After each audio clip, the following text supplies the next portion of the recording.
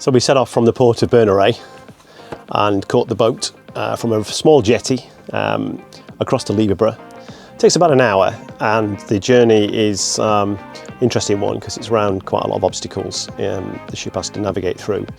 For that reason, sometimes they say you can't stay in your car, so you have to get yourself out and your animals and go and stand on the deck, but that's not too much of a problem.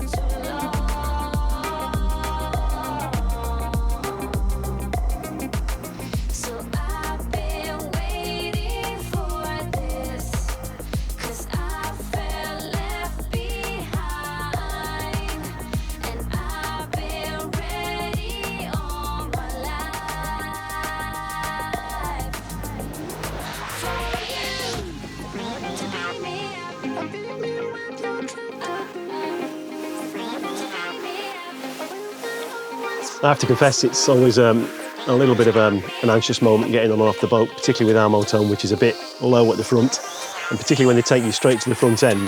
Thankfully this time we were in the middle, which helped a bit.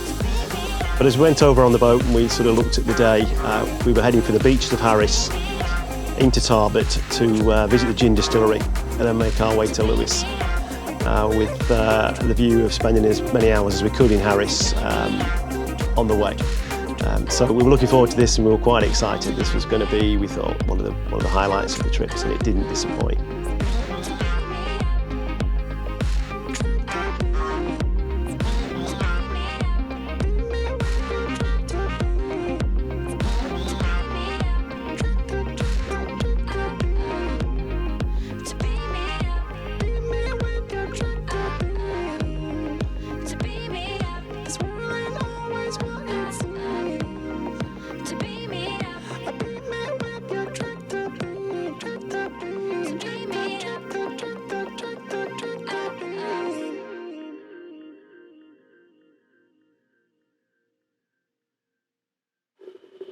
Well, we got off the ferry about an hour ago and we stopped at this place for lunch, and boy, what a place. The beach is to die for. The surf is coming in, it's a white sandy beach, and it's been a great place just to stop and enjoy the view.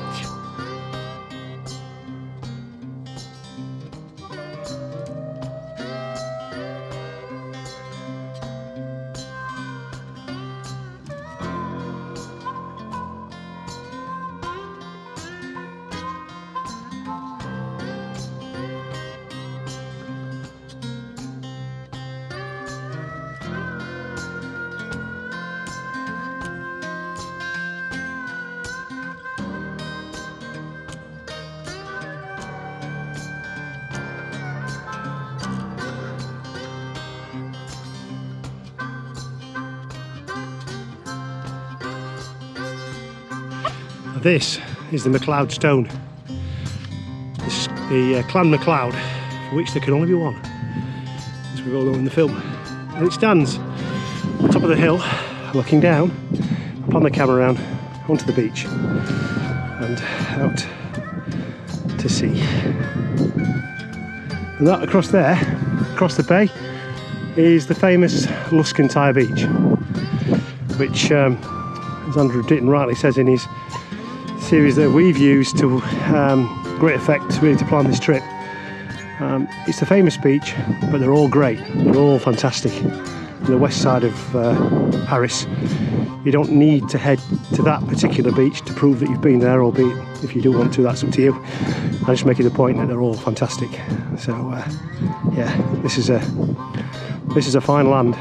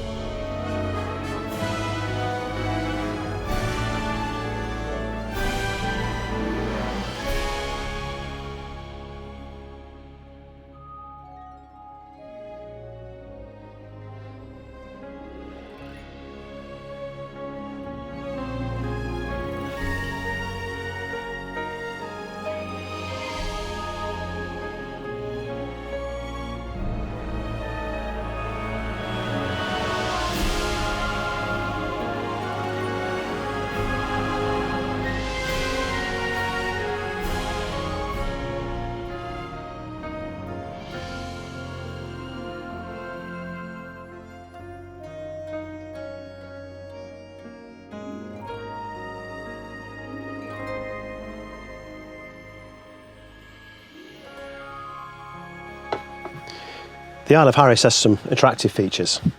On the west coast, it's dominated by its beaches and macca, which are renowned for its golden sands and emerald waters. But on the north of the island, the terrain is very ragged and rugged and gives a different feel to the geology of the island itself. And on the east side, there are some of the world's oldest rocks dated to 3,000 million years ago, and gives the island yet another attractive feel. In Tarbet, where the distillery is located, there is of course another opportunity to catch the boat to the mainland, with reduced sailings around the year, but nevertheless still quite a popular port and one that's being redeveloped at the moment. We didn't visit the smaller islands, but there are options to catch boats and do other things on the islands too. But it's an interesting place. Some of the camping on the island is restricted by lack of facilities. There are some sites, but a lot without Elson points, etc. And sometimes some of the sites require you to travel to Tarbet to actually deal with black waste, which can be problematic. But there are a couple of sites on the island, and these are available through the internet. But we'd recommend that you watch the Andrew Ditton How to Uist episode, dedicated to Harris and the campsites on here, to get a better feel for what's available. I'll put the link to Andrew Ditton's series How to Hebrides in the details below.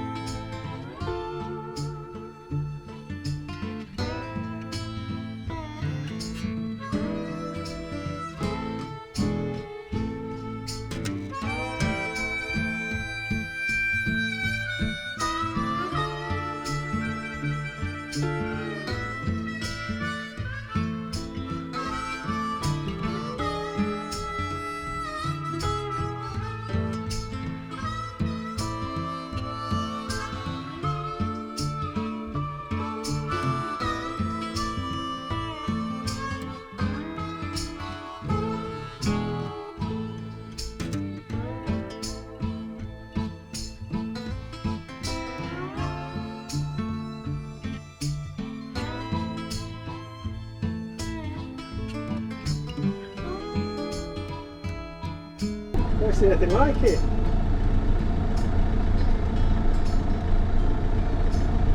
Oh, wow. Oh.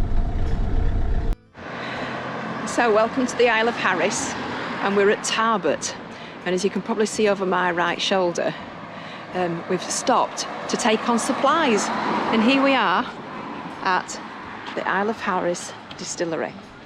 So we're going to pop into the shop and have a look at buying a bottle of gin and compare it against the gin that we've tried from Skye and the gin from Barra and the downpour gin, which is from sort of, I guess it's from the Uists, Benbecula, that area. So this is the actual distillery itself. I'm presuming you can do distillery tours if you want to, but we're going to go in here and we're going to go and have a look at the shop.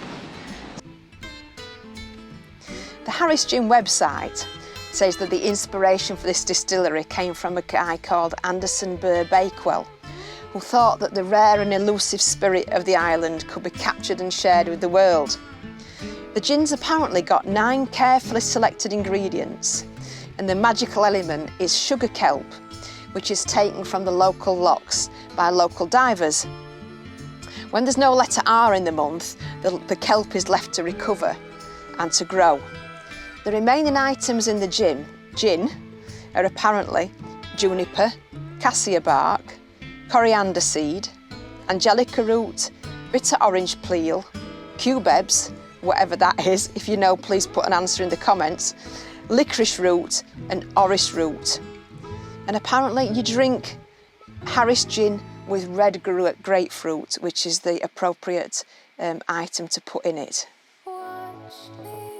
About 170 years ago, Harris was a producer of whisky, but this was illegal whisky and no duty was paid on it. But the tradition of whisky distilling on the island's never been forgotten, and the Harris Gin Distillery is hoping to produce its first legal dram in the next few years, and they're going to call it Hebrides.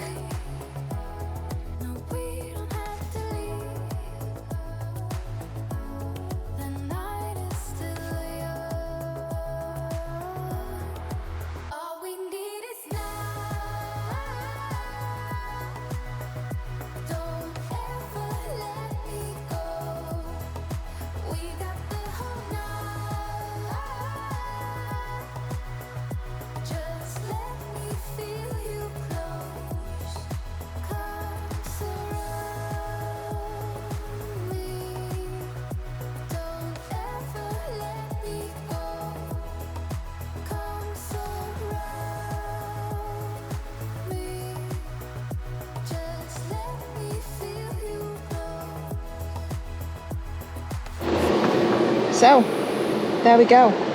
Isle of Harris Distillery, a bottle of gin and some tonic water. So we'll get back to the van and make our way to Stornoway.